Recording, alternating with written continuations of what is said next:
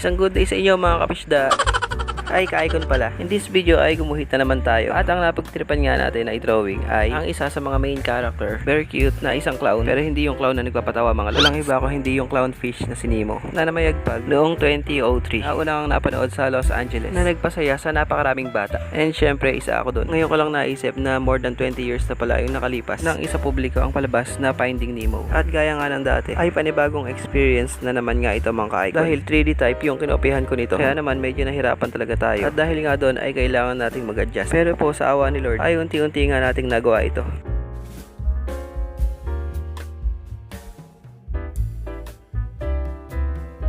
Yun lang po ka-icon. Sana ay nag-enjoy kayo sa panonood at may natutunang muli sa ating video. Maraming salamat po. Kita-kits!